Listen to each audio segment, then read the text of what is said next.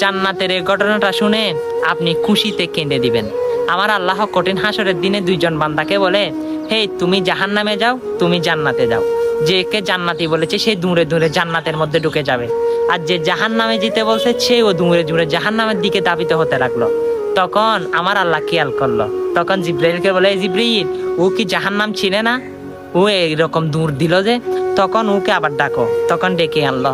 তখন আল্লাহ জিজ্ঞাসা করে, হে বান্দা, তুমি জাহান্নামে এত ভয় সম্পর্কে তোমার ধারণা নাই, তুমি কি মনে করো?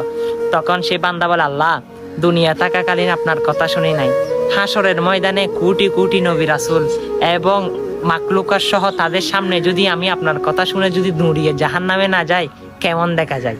আমার আল্লাহ বলে, হে বান্দা, তুমি দুনিয়াতে আমাকে এত ভালোবাসা দাও নাই, হাসরের ময়দানে এসে এত ভালোবাসা দিয়েছ, যাও সেটার স্বরূপ হচ্ছে তোমাকে আবার জান্নাতে পুনরায় দিয়ে দিলাম। সুবহানাল্লাহ।